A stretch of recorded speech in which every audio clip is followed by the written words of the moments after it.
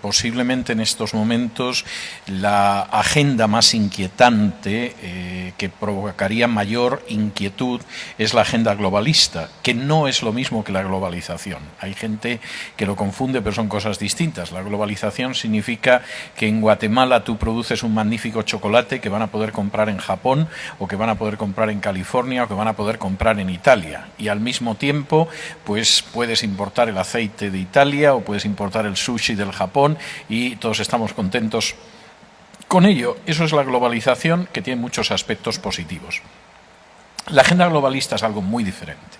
La agenda globalista es un proyecto de dominio planetario, de dominio global, de dominio universal, que además, para poder imponerse, tiene que acabar con una serie de escollos que tiene enfrente. Y esos escollos fundamentalmente son la soberanía de las naciones, es decir, hay que conseguir que las naciones cada vez sean menos soberanas, y por cierto tengo que decir que Guatemala en ese sentido es uno de los tubos de ensayo de mayor relevancia de la que puedan pensar incluso los propios guatemaltecos.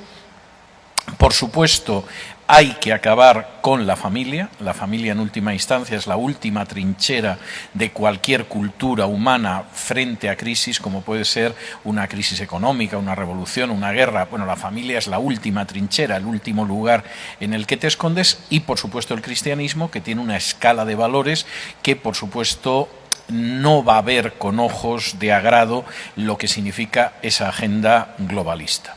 Esa agenda globalista en algunos casos se desplaza a través de las organizaciones internacionales, y de hecho hay organizaciones internacionales que, fingiendo que ayudan a las distintas naciones, sin embargo las esclavizan a través de la deuda, a través de imponerles un programa político y social concreto, etcétera, etcétera.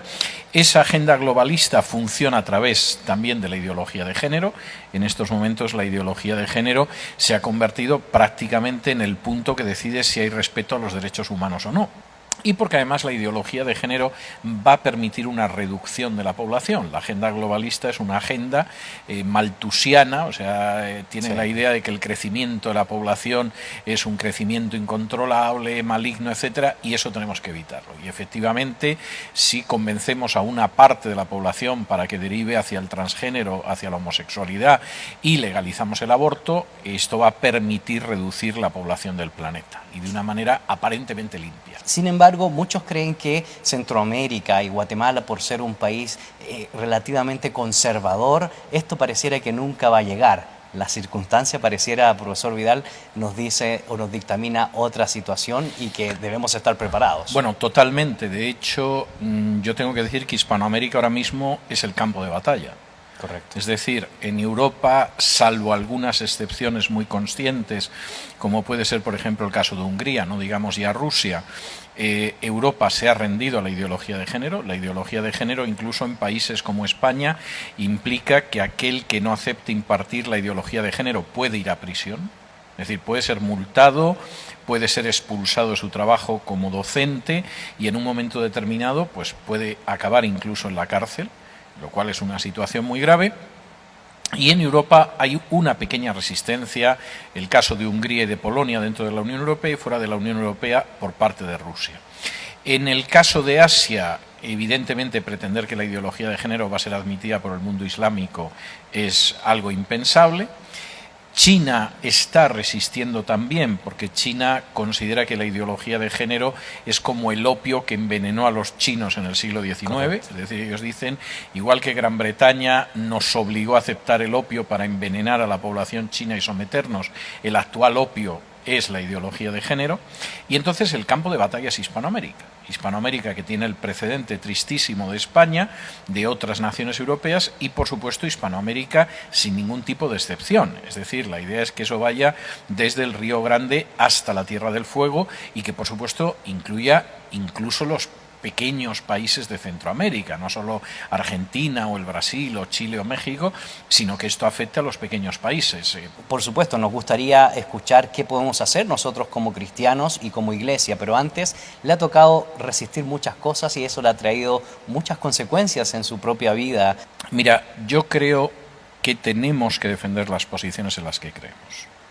Y cuando algunos piensan que pactando con el mal te va a dejar vivir tranquilo, y están olvidando ese pasaje del Sermón del Monte donde Jesús dice que cuando la sal no sala, el resultado no es que la sal queda tranquilita en su estante, sino que la tiran y la pisotean. Y esta es una situación que yo he vivido con enorme dolor en el caso de mi país de origen, que es España.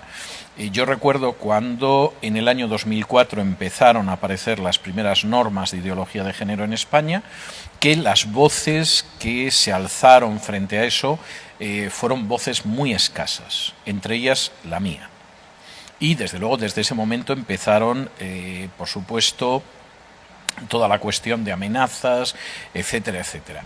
Sin embargo, en muchos casos hubo cristianos que dijeron, este no es nuestro problema, mantengámonos tranquilos dentro de las 4 paredes de nuestro templo, no avisemos a la sociedad, no defendamos la verdad del Evangelio, vamos a estar tranquilos. ¿Qué ha sucedido?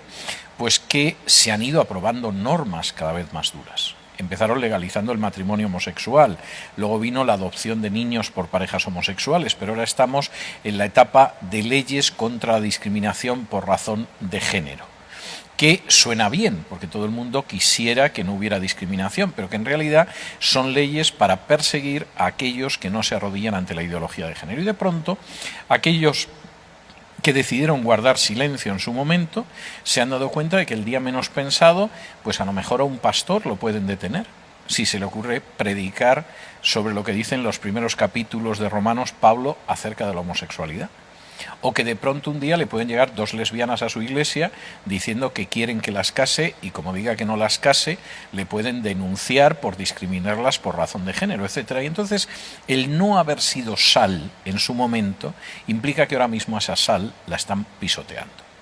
Jesús no dice que el cristianismo es una marca más de sal o es otra luz más. Dice que es la sal y la luz. Y si efectivamente el cristianismo no cumple con su función de ser la sal, la sociedad en la que vive será una sociedad que al no estar conservada por la sal cada vez se corromperá más hasta llegar a pudrirse por completo.